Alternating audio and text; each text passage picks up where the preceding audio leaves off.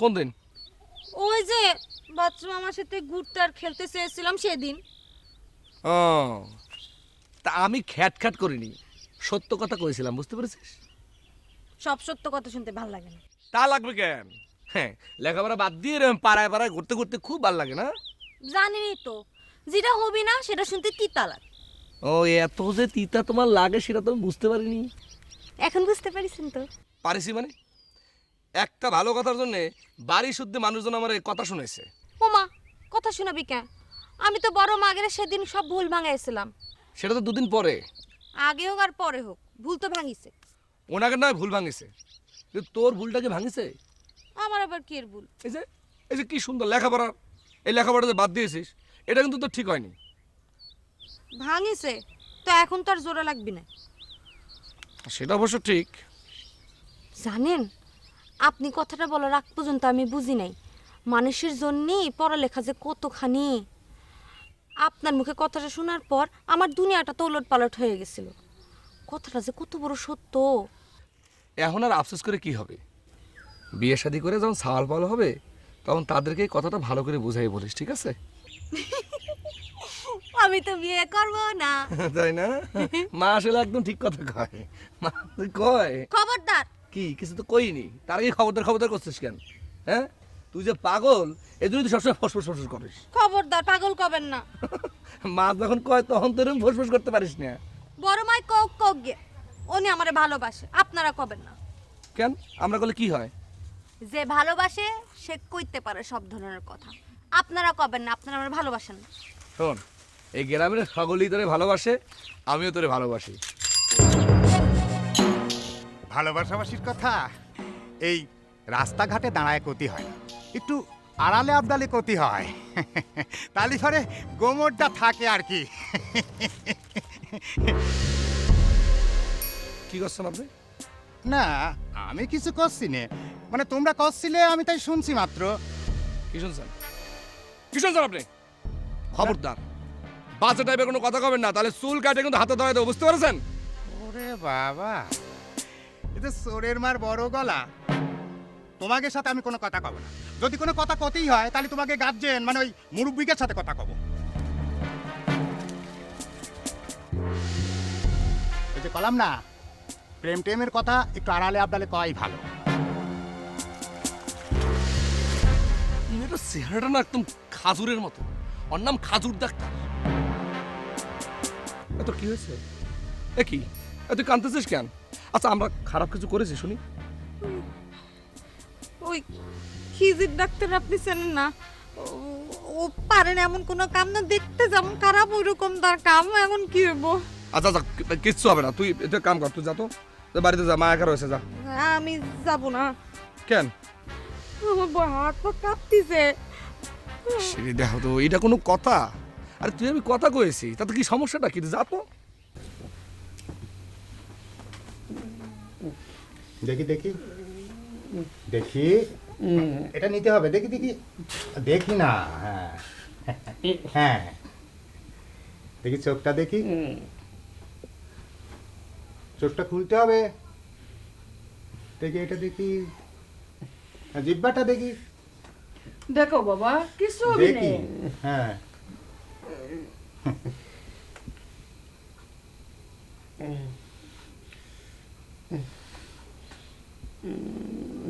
জ্বর ছাড়া তো আর কিছু পাচ্ছি না। একটু ভালো করে দেখেন খিজির ভাই, শাওলটা কেমন ছটফট করতেছে। হ্যাঁ, শর্টফটই করতেছে, আর নারীর গতিও তো দেখি বেশ চঞ্চল।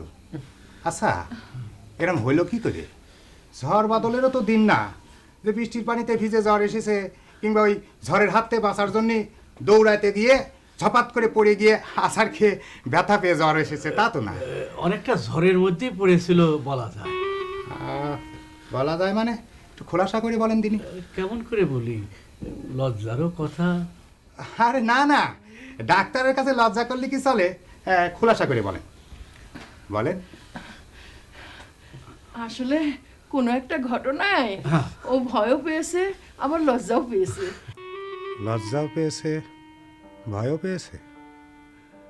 ভাবি সাহেব, আসলে লজ্জা ভাঙার ওষুধ তো আমার জানা নাই, আর ভয় যদি পাইয়ে থাকে তাহলে আমারে না দেখায় কোনো কবিরাজ ডেকে এনে তারে দিয়ে ঝাড়ফুঁক করান। কি ব্যাপার, ঝাড়ফুঁকের কথা শুনে সাওয়াল আটকে উঠলো মনে হলো। ওই ঝাড়ফুঁকের জন্যই তো এই অবস্থা। বুঝলাম না, আসলে উপরির ব্যায়াম তো ঝাড়ফুঁকেই ভালো হয় জানি। উপরি কনে দেখলেন?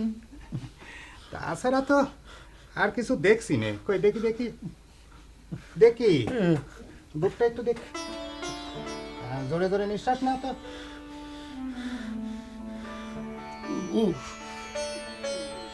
বুকে মনে হচ্ছে একটা দাগ, মনে হয় একটা বাড়ি টাড়ি খেয়েছে। সেটাই তো করছি, বুকের ব্যথায় যে জ্বরটা আসিছে সেটা একটু কমানোর ব্যবস্থা করো। জ্বরটা কমলে শহরে গিয়ে ডাক্তার দেখে আনবো নি। আচ্ছা ঠিক আছে, আমি ওষুধ লিখে দিয়ে যাচ্ছি, কিনে নিয়ে খাওয়াই দিন। আর যদি উপরির ব্যায়াম হয় না তাহলে পরে এই ওষুধই জ্বর নাও সারতে পারে। এই আম্মা, উপরি কনে দেখলেন? সাওয়ালটা নরম বলে কোনো একটা ছোট্ট ঘটনায় বিছানায় পড়ে গেছে। ভাবি সাহেব, ছোট ঘটনা বলে তারে অবহেলা করবেন না। আজকে যেটারে আপনার কাছে তিল মনে হচ্ছে সেটা একসময় তাল হয়ে পেকে গাছটা ধবাস করে পড়বে, তখন আর কিন্তু আটকায় রাখতে পারবেন না। তোমার কথাটা বুঝলাম না। আমি ডাক্তার মানুষ, সব দিক খেয়াল না রাখলে কি চিকিৎসা করা যায় কান? সেটাও ঠিক। এই যে রজবরে দেখতে এসে ওর সম্পর্কে কত কিছু জানলেন, সব কিছু না জেনে কি চিকিৎসা করা যায়? এমনকি সাওয়ালটার বিয়ে শাদির কি অবস্থা সেটাও জানলেন। ভাবি সাহেব, বিয়ে তো মানুষের জীবনেরই একটা অংশ।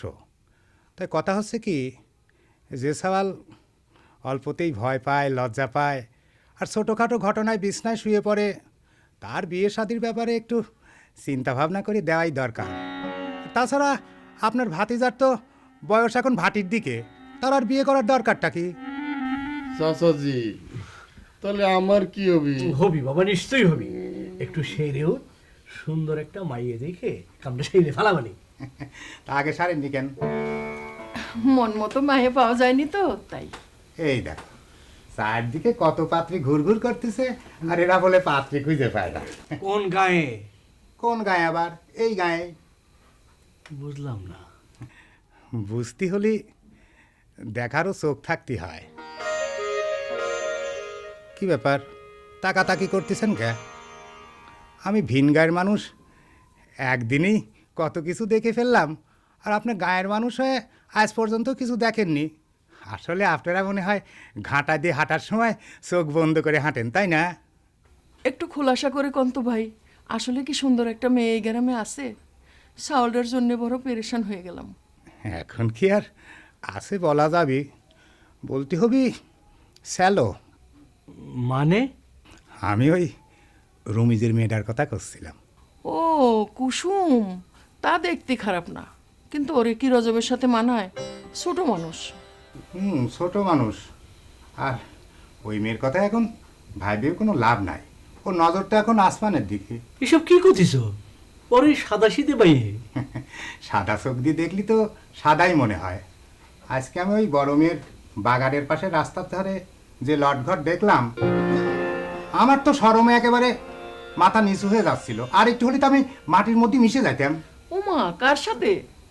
কার সাথে আবার? রাজপুত্রের সাথে। মানে? বুঝলেন না? এত কম বোঝেন। আপনার এখানে রাজা কিটা? বড় মিয়া না? তার পুত্রের সাথে, রাজপুত্র। ঠিক আছে, আমি আসি। যদি কোনো অসুবিধে হয় আমারে খবর দেন, আমি চললাম। আরে যে লিখে দিয়ে গেলাম, ওষুধ নিয়ে এসে খাওয়াই দেন।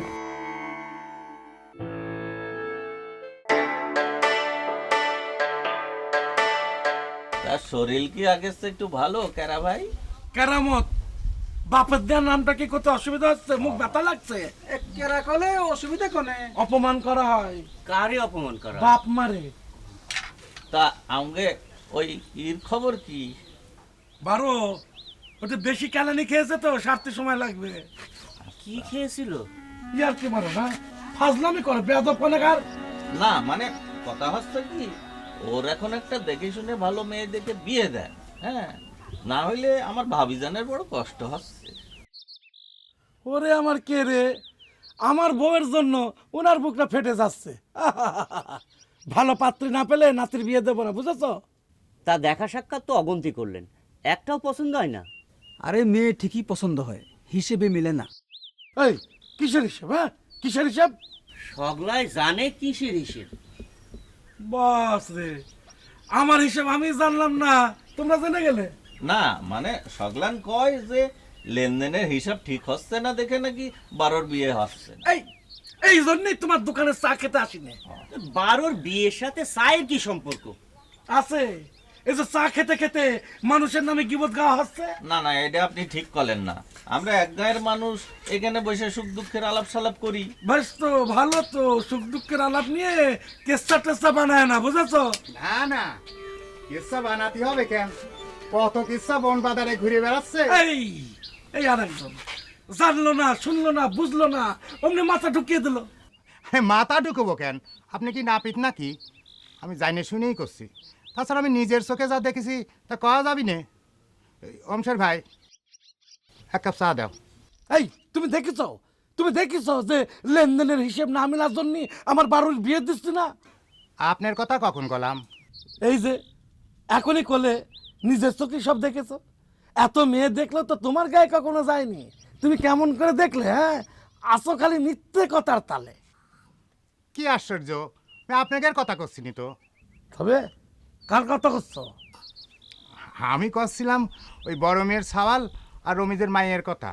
বাহ, এদের নিয়েও তুমি কেসা বানায় ফেলেছো? মানাবো কেন? আমি তো নিজের চোখে দেখেছি। এই কি দেখেছো? নিজের চোখে কি দেখেছো? কেরে ভাই, ওরে একটু ক্ষতি দেন না। থাক, আর কব না। কন না। না কব না। আহা কন না। ওরম ধমক মেরে কথা কইলে কব কেন?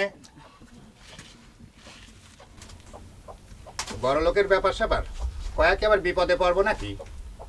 দেখো, ঢং না করে ফস করে কয়া ফেলাও, না হলে ভাববো দাম বাড়ানোর জন্য তুমি এসব করতেছো। দাম বাড়াবো কেন? কলিযুগে আর কত কি দেখবো। তার না ফাপায় একটু বেলুনটা ফাটাও দিনি। ওই লিলে খেলা আর কি।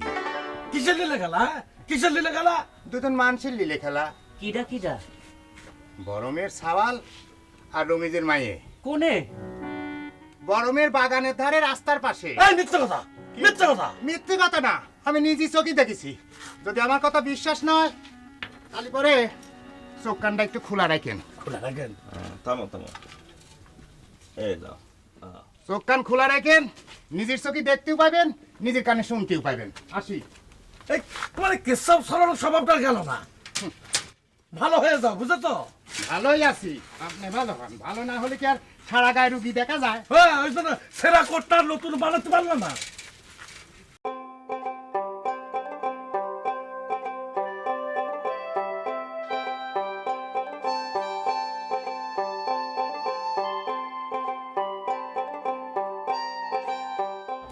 তবে কালকে তোমার ওই বিলের ধারে গেছিলাম, যে বিলের ধারে যে বিলের ধান দেখে বুকটা আমার ভরে গেল। এমন ধান অনেক দিন হলো দেখিনি।